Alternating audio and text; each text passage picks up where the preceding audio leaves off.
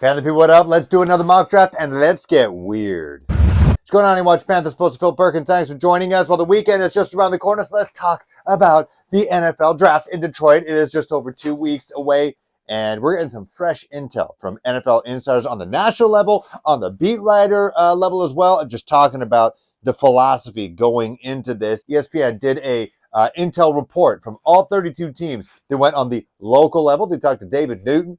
Say whatever you want about Newton, but he is plugged in. He is with the team every single day. And then he says it's not a given that they take a wide receiver, potentially picking a center, a defensive end, potentially a corner. But then on the national level, Matt Miller said also that he spoke to evaluators with the Carolina Panthers, saying that someone told him, quote, if we want to keep our jobs, we need to help Bryce. We need to surround him with weapons. So guys like a Keon Coleman, a Xavier Legette at 33 and 39 potentially, that could be an option. One of your favorites, one of my favorites, friend of the show, Mike K. He's on every single podcast. The guy is great talking to content creators out there. He was just on the Panthers on Tap podcast. Make sure to listen to that. Sub to them. They do awesome stuff. They get all the big guests. He was saying that, you know, if someone that they had a first round grade on, whether it's at corner, whether it's at edge, whether it's at center, falls to 33, and in this draft with such a deep wide receiver class, don't be surprised if the Panthers pick one of those non-wide receiver positions and then potentially trading 39th pick, trying to extending the value of that Brian Burns return to sending him over to, where did he end up? The New York Giants. Sorry, that's such an insignificant team. And then extending that 39th pick and getting more picks, maybe some future picks as well, because they clearly know that this team is not going to be competing for the NFC South, you never know. Not going to be competing for a Super Bowl this year, so you may as well, take your lumps now. That is what he said, and then get talent as much as you can this year, leading into next year as well, and then same thing next year. With that fresh intel and what we have, I did a mock draft already. You're going to see the results here. And I'm just going to give you my explanations as to why I did what I did. All right, so this one I did on Pro Football Focus, and I sticked and picked at 33 because exactly what Mike K from the Charlotte Observer, pontificated, kind of painted a picture of that someone with a first-round grade for multiple teams somehow finds themselves out of the first round, and then Panthers are picking first overall, day 2. Let's go. And it is center Jackson Power Johnson. And you just Google his name, and every single team that is worth their salt are doing a profile on him. The Detroit Lions, who's everyone's darlings, maybe a favorite to, repeat into the NFC Championship game. Did they go to the NFC Championship game? Did they go to the NFC Championship? I think they did.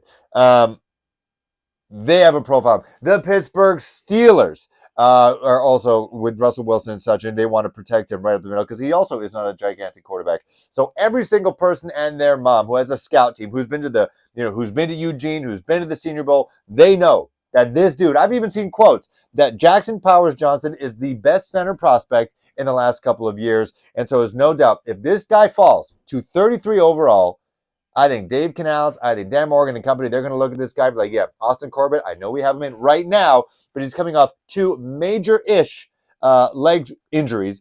MCL, I don't really count as major. I'll be honest with you. I'm a kinesiology major, health science major. MCL, you barely even need surgery for that. But maybe because it's such a big body, you do have to, repair this surgically. But you can find a guy who can give him depth, maybe have Austin Corbett stay there, coach up Jackson Powers Johnson, but I don't think that's going to last for a while. If anything, you could move guys around. I don't know if you're going to, usurp Robert Hunt, maybe Damian Lewis for an Austin Corbett to go back to his natural position at guard, and then you have Jackson Powers Johnson at the center position because people are saying that this guy, he's basically factory made to be a center. So I think if you draft him 33rd overall, you got to find a place for Austin Corbett. I don't know where that's going to be, but Jackson Powers Johnson, I think, would be a day 1 starter as a center. Because he fell out of the first round. He's a first-round grade basically across the board. He's the guy. So, also, keeping with what Mike K said, and this is something that I've been playing with as well because you just want to get talent. You want to get future talent as well for next year. I'm going to tell you why I want future talent for next year. But so, I traded down with Houston, and I traded the 39th overall pick. I dropped 10 spots to 49, And I think it's only a matter of time this guy's going to be a Carolina Panther. It's Xavier Legette. You've probably read the tweets that the Carolina Panthers sent an entire contingent, probably the largest contingent out to Columbia to watch Xavier Legette do his thing at his pro day. They had their wide receiver coaches helping him run routes, coaching him up, seeing how he does in that sense. It's basically the way the Panthers brass are right now searching for wide receivers reminds me of the Panthers brass last year trying to find a quarterback. They just sent everybody and their mom to every single pro day to see, CJ Stroud and Bryce Young and Anthony Richardson do their thing. Seems like they're doing the same thing with wide receivers. But the guy who's getting the most love right now, it seems to be Xavier Legette. He's a big body dude. He's thick. He's like 25 pounds heavier than Xavier Worthy and ran not that much slower than he did. And he could be a great route runner as well. You could always coach that up. You got a head coach who is a wide receiver coach. You got his offensive coordinator who is a wide receiver coach, so they can coach him up. And hey, if it makes everybody better, if it makes Jonathan Mingo better, if it makes Terrace Marshall Jr., who's apparently still in the building, better, great. So I think getting a guy like Xavier Legette just bolsters the wide receiver core to just guys who do different things and have different skill sets. Last year, I feel like we kind of had the same crew. We got Adam Thielen, who got your slot receiver. Might not be getting 1,000 yards this year, but hey, I think he's still a dependable target.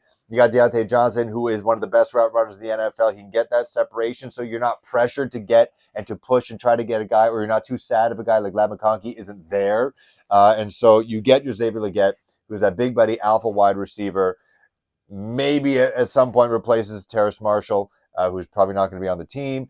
Maybe makes Jonathan Mingo a little bit better. But you got Adam Thielen, you got Deontay Johnson, and then you got Xavier Legette. Those are your three wide receiver guys. And then don't forget, Amir Smith-Marset, who's your gadget scat wide receiver type who can cause trouble in space as well, who offers a different dynamic. The only thing you're kind of missing is that tall, real, true blue burner. Maybe that can happen next year, or maybe it happens later on in this draft. I don't know. We'll see. So far, Jackson Powers-Johnson, you got Xavier Legette, and then I traded, and I got this in return as well. Chris Braswell, defensive end for Alabama. This is a guy who could have found success and, more accolades by moving, going to the transfer portal, going to a lesser team to get more reps, to get the stats, but he's stuck with Nick Saban and company. He was rewarded with a pretty good season as well. I think he is a developmental guy.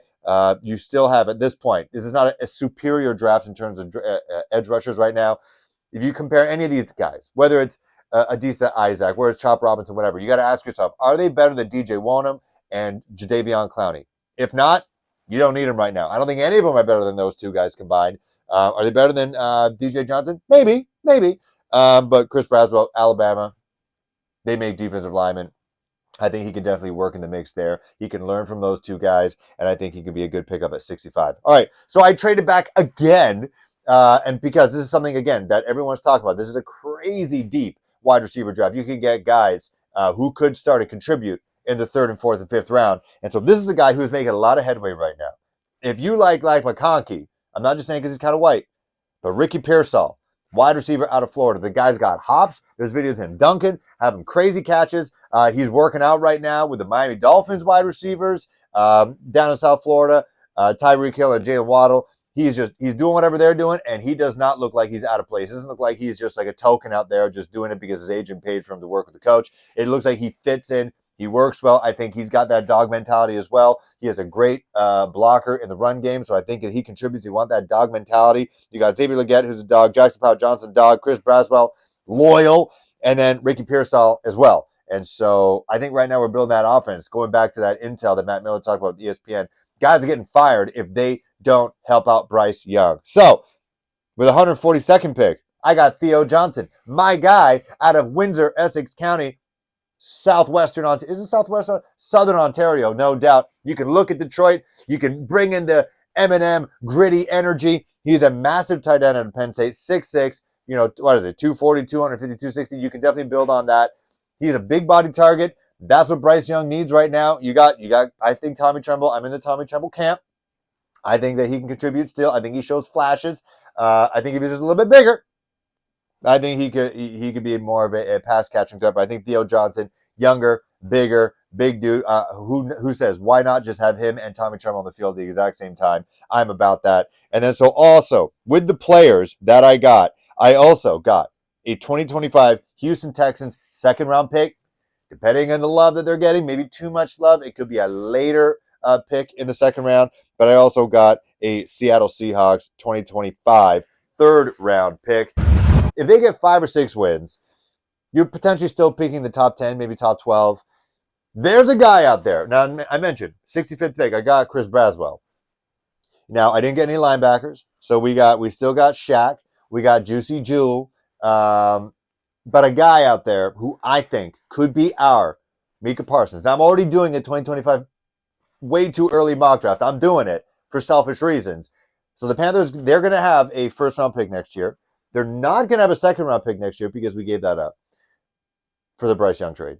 But we got another one from Houston. You get that. And then maybe you get we'll have 2 third-round picks now. You get another third-round pick. Put it together if you can, if you need to. Maybe not. Maybe you have to move a couple spots. But I want, for multiple football and personal reasons, I need Harold Perkins, defensive end / linebacker / everything player from LSU to be a Carolina Panther. I've already seen Walter Football mock him to the Carolina Panthers. I need it. I need it to happen now. We've already seen the videos. If you're on the Twitter machine all the time, that Micah Parsons saying that the Carolina Panthers were his team. He modeled his game after Luke Kuechly. I think Harold Perkins could be that guy. Obviously, on the team, on the field, I think he can contribute. He can be, a hand in the dirt kind of edge rusher. He could also be a stand-up linebacker as well. I think he's a dynamic player, positionless player. I think he's super athletic. I think he's got that dog mentality as well. I think with the first-round pick, if we build an offense that is working around Bryce, you give the defense a little bit of love next year in the draft. I'm already thinking about it.